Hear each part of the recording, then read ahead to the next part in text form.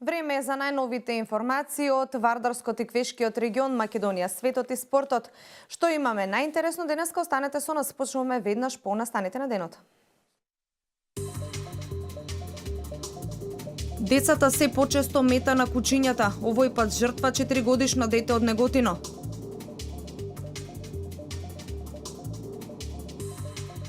Одбележан светскиот ден за борба против туберкулоза.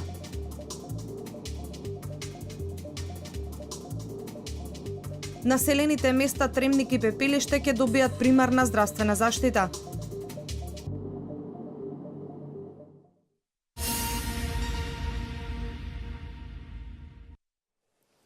Се почести се кучешките напади. Овој пат жртва беше 4-годишно дете од Неготино. Како што информира началникот на оделението за хирургија при болницата, хирург доктор Дано Кулев, според она што го изјавиле родителите, детето било искасано во дворот на соседите. Врз раните е интензивирано, а детето добило соодветна терапија, пошто е задржано на хируршкото оделение во општата болница во Кавадарци. Според Кулев, во последните два случаи, едно од каснувањата исто така било од комшиско куче, а другото од куче скитник.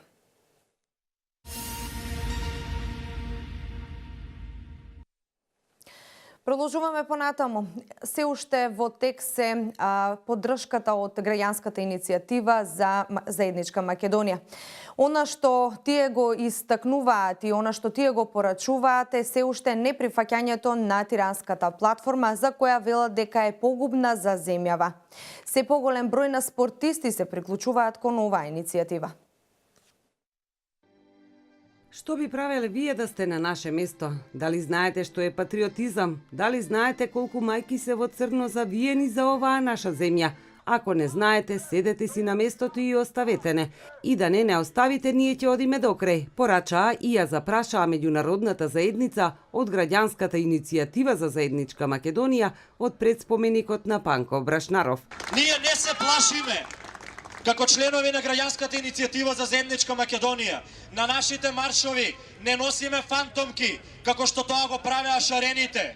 А зошто не носиме фантомки? Затоа што сме на вистинската и праведната страна. Затоа што сме за Македонија. Поддржувачите на иницијативата за заедничка Македонија се одлучни да не се прифати тиранската платформа, за која велат дека е погубна за земјава. Се поголем број спортисти се приклучуваат кон оваа иницијатива. Тоа се символите со кои се распознаваат спортистите. Тоа се символите без кои ние спортистите сме никој ништо. Од нив ја црпиме инспирацијата. Од нив црпиме сила за победи. Затоа сакам денеска гласно овде да кажеме не за промена на химна, на знаме и на име на оваа држава. Ја сакаме Република Македонија, таква како што ни оставиле нашите предци. Граѓанската иницијатива за заедничка Македонија е надпартиска и има само една цел – зачувување на унитарноста на Република Македонија.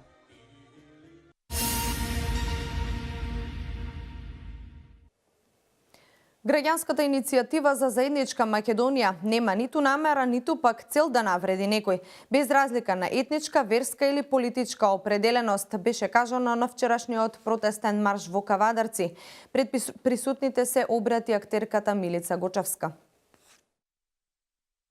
Граѓанската иницијатива за заедничка Македонија и вчера вечер организираше протестен марш во Кавадарци. Пред присутните говореше актерката Милица Гочевска. На почетокот од своето обраќање таа нагласи дека се испраќа порака до сите политички партии, а најмногу до најголемата опозицијска партија, да не се прифаќаат никакви платформи договорени во други држави, а не изгласани од граѓаните на Република Македонија. Граѓанската иницијатива за заедничка Македонија има едно и единствено барање, а тоа е зачувување на ова парче земја, зачувување на нашиот јазик, нашата нација, за која нашите предци се бореле и гинеле со години. Гочевска испрати апел дека нема да подлегнат на ниту една манипулација или обид на мала врата да се протнат работи кои албанските партии ги договорија во Тирана, а македонската партија СДСМ ги прифати. Сакаме да градиме мултиетничка, а не бинационална држава, рече Гочевска, нагласувајќи дека јасно и недвосмислено се бара целосно да се отфрли платформата направена во Тирана. Информираше дека протестите ќе продолжат се до исполнување на барањата.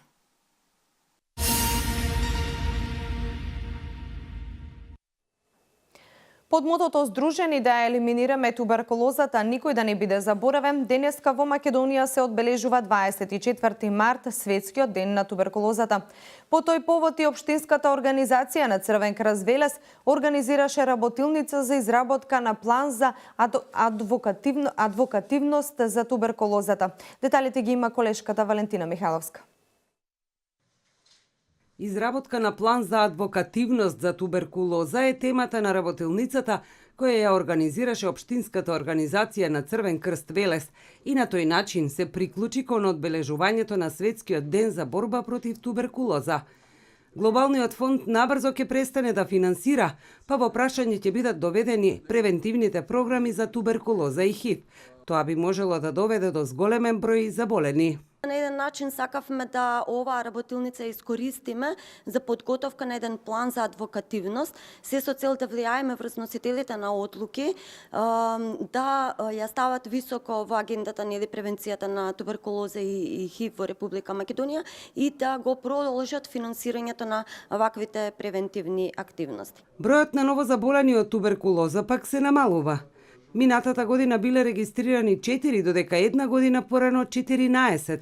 2013 сме имале 323 новозаболени, тоа е 15,7% од стапката на заболување, а 2016 267. Тоа значи има видно опаѓање. А на ниво на Велес бројот варира, различен е. Велес е регионален центар, значи ги опфаќа и Свети Никола, и Кавадарци, и Неготино, и Демиркапија, и околните села, и во Велес, и во тие градови, така да пациентите не ни се само од Велес, него гравитираат од секаде. Бројката варира. Лани сме имале најмала бројка. Во работилницата учествуваа представници на локалната самоуправа, јавни и приватни организации и здравствени установи, образовни институции, невладини организации. Целта е да се утврдат предлог мерки и активности за превенција и контрола на туберкулоза на локално и национално ниво.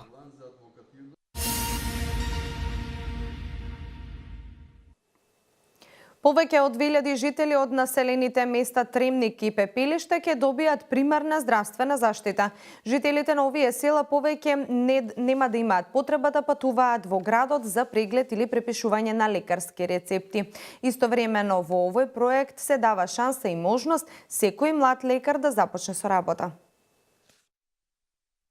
На барање на жителите на село Тремник и село Пепелиште ќе бидат отворени селски амбуланти. Повеќе од 2000 жители ќе добијат примарна здравствена заштита.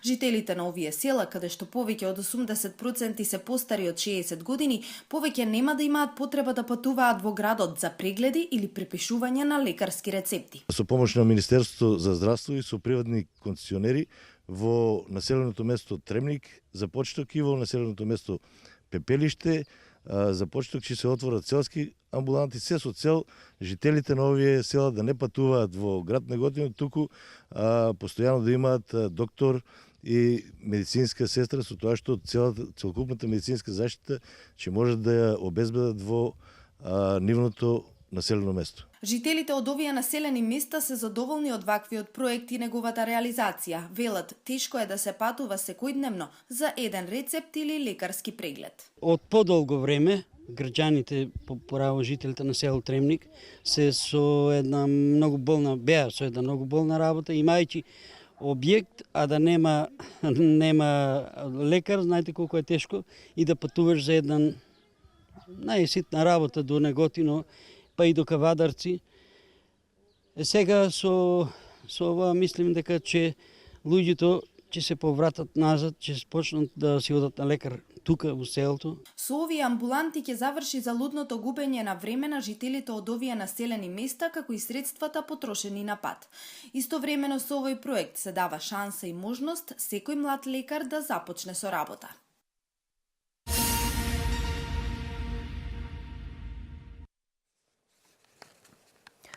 Проблем за производството и профитабилноста на македонскиот аграр се помалите површини за обработка. Откупувачите и трговците повеќе се заинтересирани да се пазарат и да купуваат поголеми количества храна и земјоделски производи кои земјоделците не секогаш можат да ги понудат. Малите парцели голем проблем во земјоделството. Ова е проблем за производството и профитабилноста на македонскиот аграр.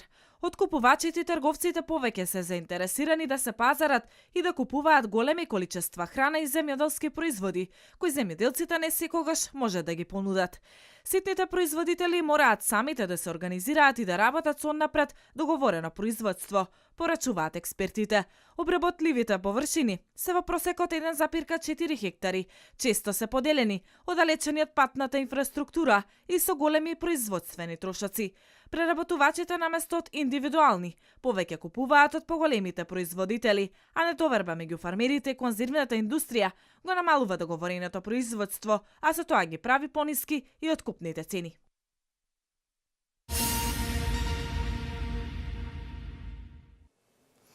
Председателот на Република Македонија Ѓорѓе Иванов вечерва во Македонскиот народен театар со орден ќе одликува Агенцијата за разузнавање на Република Македонија.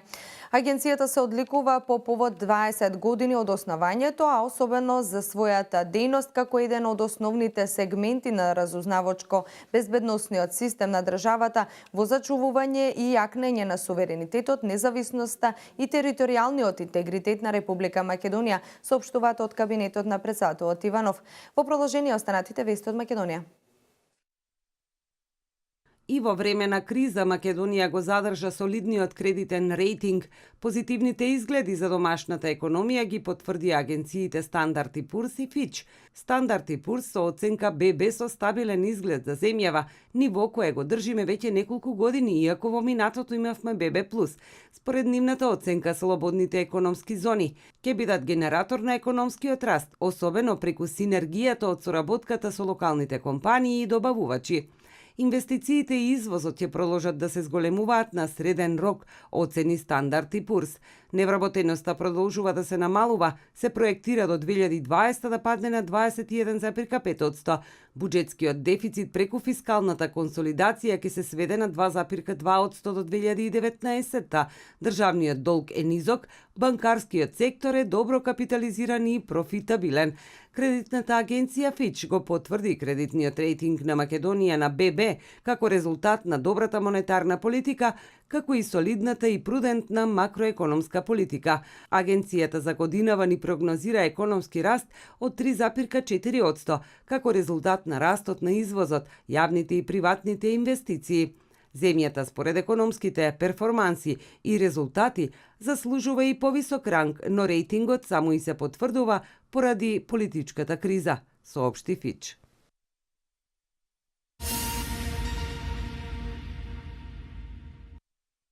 Министерството за финансии на својата веб страница објави дека државниот и јавниот долг се намалени по ревидирањето на бруто домашниот производ.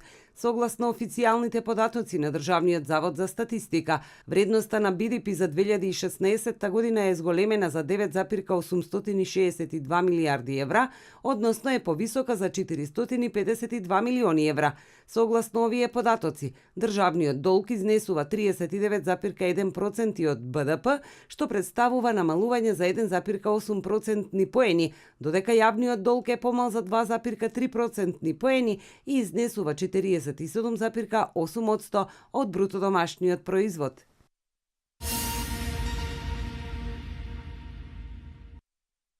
Државниот завод за статистика објави дека просечната месечна исплатена нето плата по вработен во Македонија во јануари годинава изнесува 22.750 денари и била за 2,2% поголема во споредба со јануари лани. Ваквото зголемување се должи пред се на порастот на просечната месечна исплатена нето плата во секторите информации и комуникации, јавна управа и одбрана, задолжително социјално осигурување и рударство и вадење на камен. Намалување на просечната нето плата е забележано во секторите уметност, забава и рекреација, информации и комуникации и градежништво. Просечната бруто плата пак во јануари изнесувала 33.441 денари или за 2,4% поголема од истиот месец минатата година. Во јануари 2017 1% од вработените во Република Македонија не примиле плата.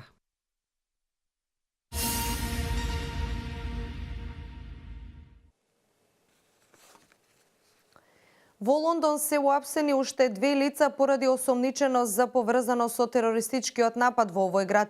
Командантот на антитерористичките сили Марк Раул изјавил дека во текот на ноќта извршиле уште 2 апсења и потврдил дека една жена е ослободена, а во притвор се 9 лица. Раул изјавил дека Халид Масуд, кој во средата прегазил 3 лица, е исто така убиен со нож, убил полицаец со нож пред зградата на парламентот, кој потоа беше убиен од полицијата. Останатите вести од светот во продолжение. Самит на Европската Унија, на кој треба да се роди нова ЕУ со 27 членки, ќе се одржи утре во главниот град на Италија, Рим. Целта на самитот е својот фокус истата да го има единствено, а не создавањето на Европа на повеќе брзини, јавуваат дипломатските извори. Самитот ќе се одржи по повод 60 годишнината од потпишувањето на Римскиот договор, на кој се темели денешната Унија, а се очекува лидерите да ги истакнат достигнувањата од Римската декларација во досегашните европски интеграции и да дадат насоки за иднината на Европската Унија.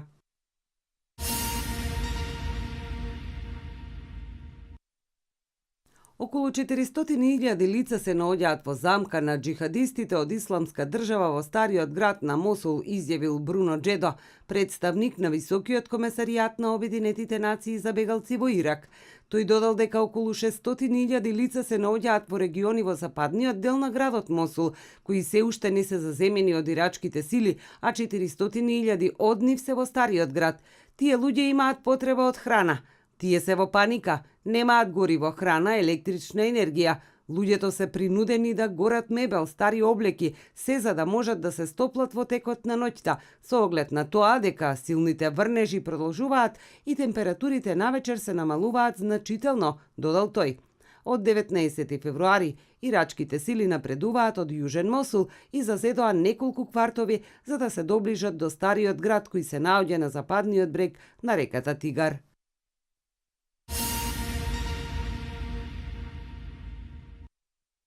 На 25 мај во Брисел ќе се одржи самит на НАТО, соопшти денеска Алијансата.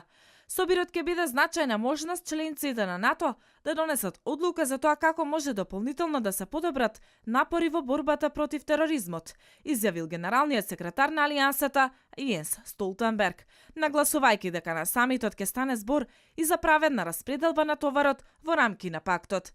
На самитот ќе се разговара за тоа што треба да се направи за да се исполнат ветувањата дадени од страна на земјите членки за поголемо и подобро вложување во одбраната. Првиот човек на Алијансата вели дека се очекува американскиот претседател Доналд Трамп на самитот да посвети големо внимание на праведната распределба на товарот за финансирање на НАТО. Според претходните најави, во рамки на самитот ќе се одржи церемонија на свечено пуштање во употреба на новото седиште на НАТО, кој ќе се наоѓа спроти сегашната централа на Алијансата.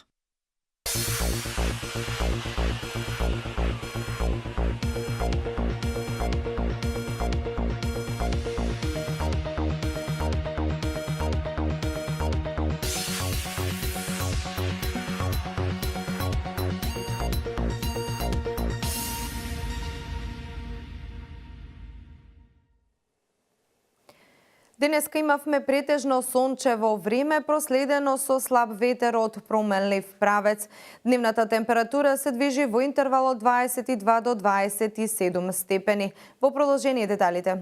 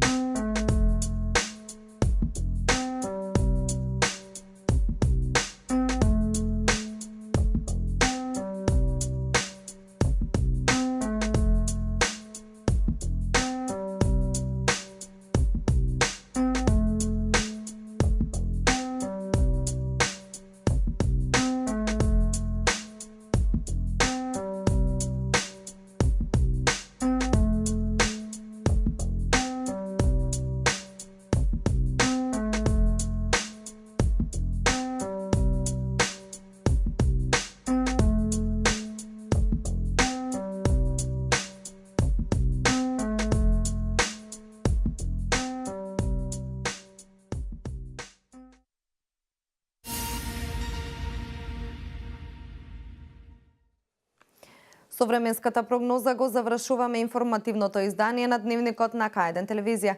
Јас ви благодарам за вниманието. Од мене пријатно.